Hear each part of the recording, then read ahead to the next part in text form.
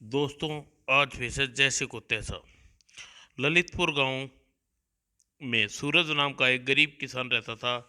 एक बार जब भारी अकाल पड़ने के बाद बारिश का मौसम आया तो सूरज की पत्नी बोली, भगवान, बरसात का मौसम आ गया है, किसी भी वक्त बारिश हो सकती है, लेकिन हमारे पास तो बुआई के बीज हैं, न हल जोतने के लिए बैल। मेरी समझ में नहीं आ रहा, मैं बीज और बैल का बंदोबस्त कहाँ से और कैसे करूं। अपनी पत्नी उसकी पत्नी को सोच के बोली, आप सेठ के पास चले जाइए, उनसे आपकी मजदूरी अवगत करवाइए। मुझे पूरा विश्वास है कि हमारी अवश्य मदद करेंगे। तुम ठीक है, मैं कल ही भैया के पास काशिमपुर चला जाता हूँ। और सुनिए, हमारे पास जब कुछ ही दिनों का और अनाज शेष है, जेठ जी से एक बोरी अनाज भी लेते आना, ठीक है। दूसरे दिन काशीपुर अपने भाई के घर पहुंचा। राम राम भाभी। जीते रहे भैया। अचानक अचानक कैसे आना हुआ? रूपवती और बच्चे कैसे हैं सूरज? भगवान की दुआ सब अच्छे हैं भाभी। और हाँ, राम भैया कहाँ है भाभी? वह तो सोचने लगी, कुछ दिन पहले ही ठीक ही कह रहे थे कि सूरज के हालात अच्छे नहीं हैं, वह किसी भी समय मदद मांगने यहाँ आ सकता है। यह भिखारी जरूर इसी चक्कर में आया है।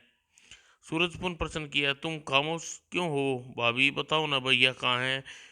वे तो उगाही के लिए दूसरे गांव गए हैं भैया। ओह, कब घर लौटेंगे? आज सुबह ही गए हैं, पुन वापस आने में हफ्ता भर लग जाएगा।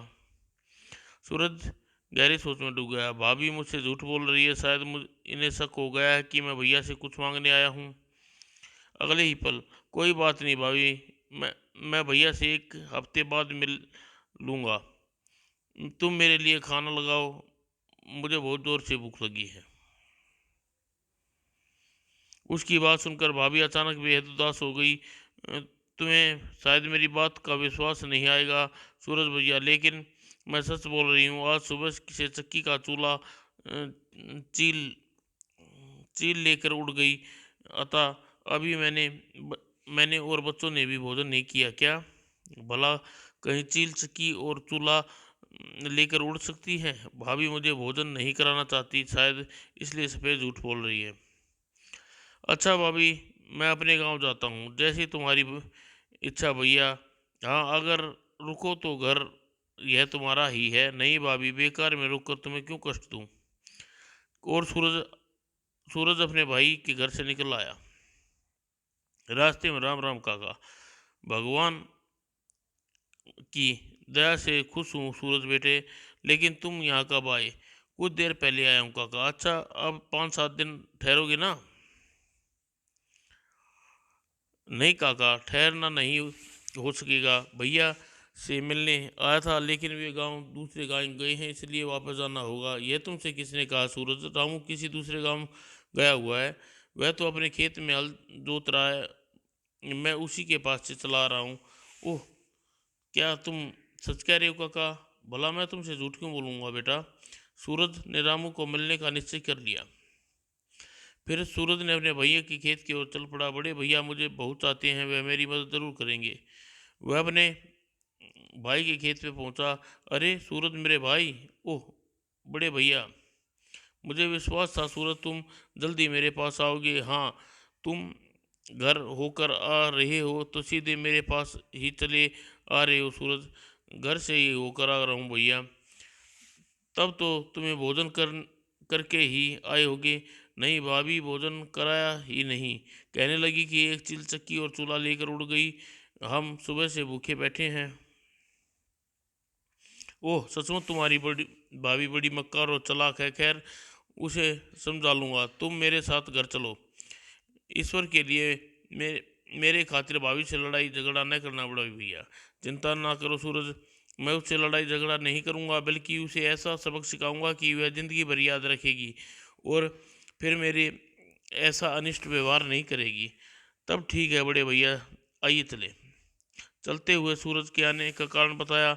यह तो मैं तो जानते ही हैं कि पिछले वर्ष हमारे गांव में अकाल पड़ गया था। 28 साल वर्षा वर्षा सिर पर खड़ी है, लेकिन मेरे पास बुआई और जुताई के लिए साधन नहीं है। मुझे बीज और बैल और खाने के लिए एक बोरी अनाज चाहिए। तुम चिंता मत करो छोटे, मैं प्रबंध कर दूंगा। कहने को तो रामू ने कह दिया, लेकिन मन ही मन वह सोचने लगा, अगर रामू की भाभी ने मैं यह कहूँगा कि सूरज बैल को बीज बैल और एक बोरी अनाज दे दो तो वह घर में हंगामा खड़ा कर देगी, मरने मारने पर तैयार हो जाएगी, सूरज की मदद हरगिज नहीं करने देगी। लेकिन मुझे कोई दूसरा उपाय करना होगा। उसे सोच में डूबा देख आप क्या सोचने लगे बड़े भैया? सुनो सूरज, अब मैं तुम्हारे साथ घर जाने का इरादा बदल लिया है। तुम ऐसा करो, गांव के बाहर जाकर मेरा इंतजार करो, मैं जल्दी ही तुम्हारे बताया हुआ सारा सामान लेकर वहां पहुंचता हूँ। ठीक है बड़े भैया, जैसी आप उचित समझो, कहकर सूरज गांव से बाहर की तरफ चल पड़ा और रामू अपने घर की ओर।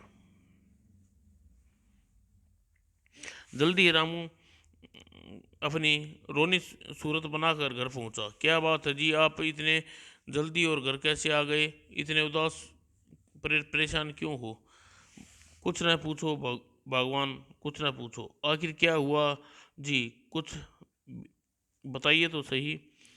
जब मैं अब तुम्हें क्या बताऊं भगवान, सुनोगे तुम्हारा सीना फट जाएगा। खैर सुनो, मैं सीधा तुम्हारे भाई के घर से चला आ रहा हूँ। कल रात ही तुम्हारे भाई के घर में आग लग गई और सुबह जलकर सब कुछ भस्म हो गया। बस एक चीज़ बाकी बची है।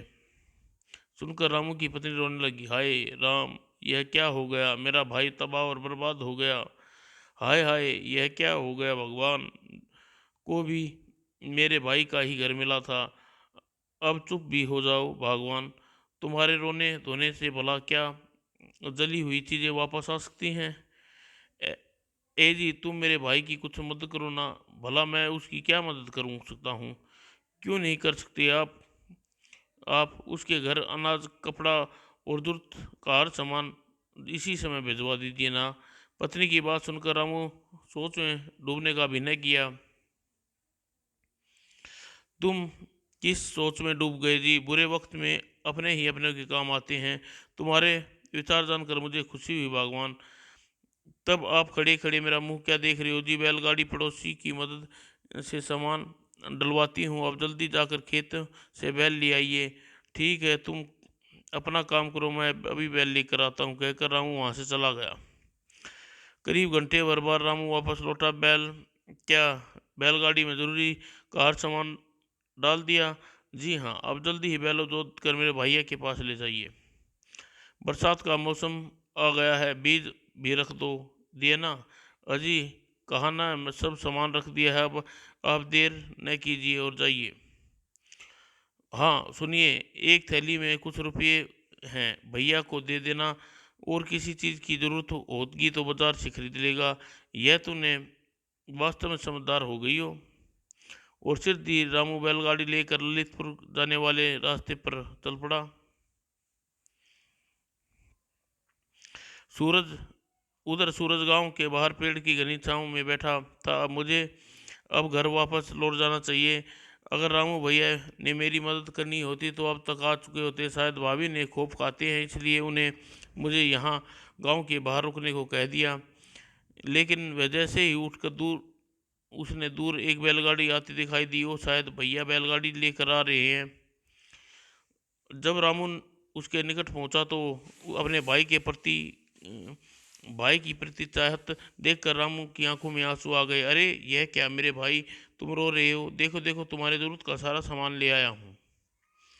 यह तो खुशी की आंसू है भैया, मैं तुम्हारा एहसान कभी नहीं भूलूंगा। इसमें एहसान की कोई बात नहीं है। बुरे वक्त में भाई भाई के काम नहीं आएगा तो भाई का दूसरा भाई को दूसरा बाजू कहा जाता है, कहकर रामू रुपयों की थैली उसकी ओर बढ़ाई। लो सूरज, इसमें कुछ रुपये हैं, यदि किसी चीज़ की जरूरत पड़े तो खरीद लेना। नहीं भैया, रुपये की कोई ज़रूरत नहीं है भैया, ज़रूरत का सामान बैलगाड़ी में रखा है। फिर भी रख लो सूरज, तुम्हारे काम आएंगे आप।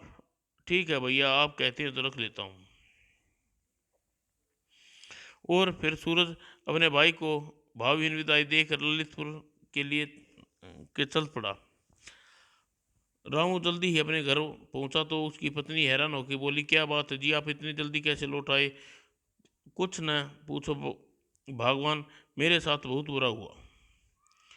भैया, मेरा भैया राजी खुशी तो है ना? अब क्या बताऊं भगवान, इससे पहले कि मैं तुम्हारे भाई के घर पहुंच पाता, एक चील बैलगाड़ी पर झपटी और बैलगाड़ी को लेकर उड़ गई। अगर मैं तुरंत ही बैलगाड़ी से नहीं कूद जाता तो इस समय मेरी जगह मेरी लाश तुम्हारे सामने पड़ी होती। उसकी बात सुनकर पत्नी आग बबूला हो उठी। यह तुम क्या बकवास कर रहे हो? भला कभी चील भी बैलगाड़ी को लेकर उड़ सकती है? अगर चील चक्की और चूल्हा लेकर उड़ सकती है तो बैलगाड़ी को भी लेकर उड़ सकती है। बैल बोलो हाँ या ना। रामू की जुबान में यह बात सुनकर उसका सारा क्रोध ठंडा पड़ गया। शायद रामू ने अपने भैया से मिल चुका है। ये सामान से भरी बैलगाड़ी शायद सूरज को दे आई है। अगले ही पल, आपने क्या आपने सूरज से मिला था? जी हाँ। तो आप जरूर ही सामान से भरी बैलगाड़ी सूरज को देकर आए हैं। हाँ भगवान, तुम तो कहती कहती थी कि बुरे में अपने अपनों के काम आते हैं। अब मेरे भैया को और सामान कहाँ से दोगे? मेरे पास तो फालतू सामान था, वह सब मैंने बैलगाड़ी में डाल दिया। चिंता न मत करो भगवान, तुम्हारे भैया का सामान देने की कोई ज़रूरत नहीं है, क्योंकि तुम्हारे भैया का कोई घर नहीं जला। वह तो मैंने तुम्हें सही मार्ग पर लाने के लिए झूठ बोला था। सुनकर उसकी पत्नी ने इम्तिहान की सांस ली। फिर रामू की पत्नी को समझाने के अंदाज में बोला, सुनो भगवान, अपनों के साथ कभी ऐसा सलूक नहीं करना चाहिए जैसा तुमने सूरज के साथ किया था। मुझे माफ़ कर दीजिए स्वामी, सचमुच मुझसे बहुत बड़ी भूल हो गई। लेकिन आज मैं आपको विश्वास दिलाती हूँ, भविष्य में कभी मुझसे ऐसी गलती नहीं होगी। मुझे खुशी हुई भगवान, अब तुम अपनी गलती का मान ली। अब मैं खेत पर जाता हूँ।